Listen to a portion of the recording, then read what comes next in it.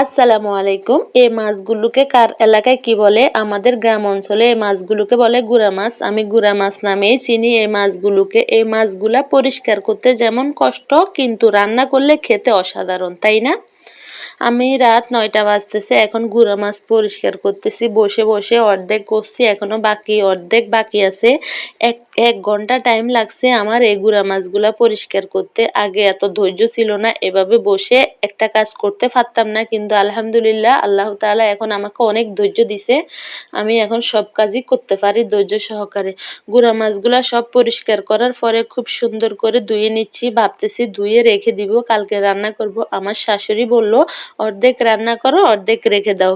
কি আর করার, শাশুড়ির কথা তো রাখতেই হবে, তাই না? তাই মাছগুলোকে খুব সুন্দর করে ধুয়ে টমেটো, কাঁচামরিচ, পেঁয়াজ সব কিছু সুন্দর করে কেটে নিলাম। কেটে হলুদ, মরিচ, জিরা বাটা, রসুন বাটা, তেল, লবণ দিয়ে খুব সুন্দর করে কষলায় মাখাই নিলাম।